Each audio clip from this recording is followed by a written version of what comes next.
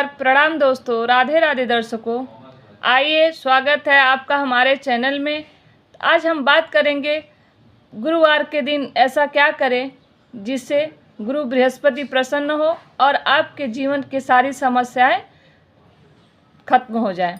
हम बात करेंगे वीडियो में कुछ ऐसी जो गुरुवार को करने से आपको अकेला ही ग्रह प्रसन्न होंगे तो सारे ग्रहों से आपको मुक्ति दिलाएंगे।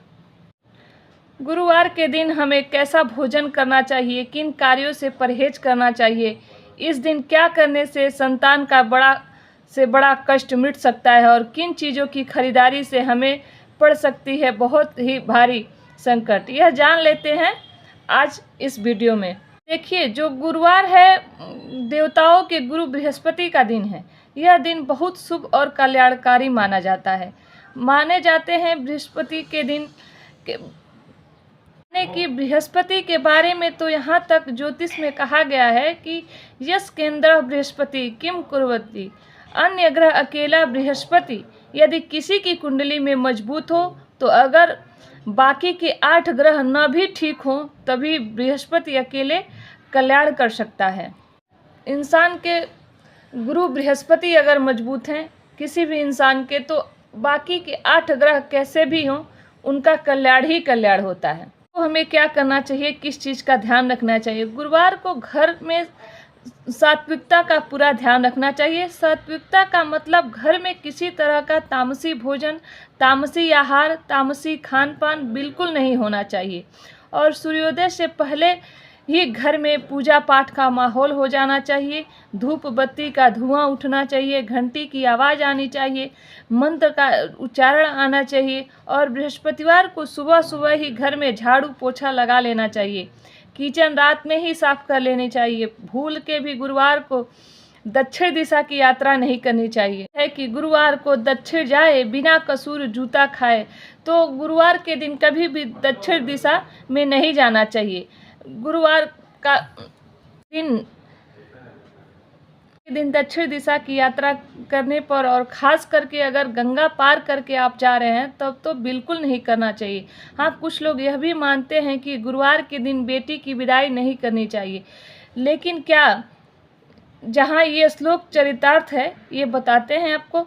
ध्रुव क्षिप मृदु स्तोत्र बस मूले मघ नीले बंधु प्रवेशम सनरिक्त रार के बुधेर मत।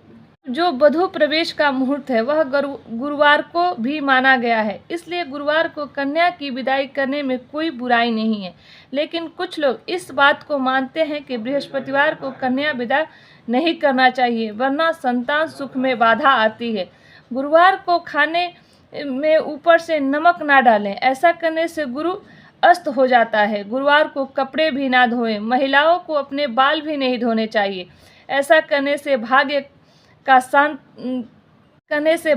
साथ नहीं मिलता। गुरुवार को खिचड़ी भी नहीं खाना चाहिए। गुरुवार को केले के पेड़ की पूजा करनी चाहिए। गुरुवार को पूजा पाठ से जुड़ा सामान, आँखों से जुड़ी कोई भी वस्तु, कोई धारदार सामान नहीं खरीदनी चाहिए और गुरुवार के दिन पैसा खर्च नहीं करना चाहिए। गुरुवार को किसी को पैसा नहीं देना चाहिए, मतलब चाहे वह कर्ज हो चाहे वैसे भी किसी चीज़ का पेमेंट करना हो। बृहस्पतिवार के अलावा शुक्रवार को कर दीजिए, बृहस्पतिवार की जगह बुधवार को कर दीजिए, लेकिन बृहस्पतिवार को दिया हुआ धन जो है वह आर्थिक स्थिति पर बड़ा विपरीत प्रभाव डालता है।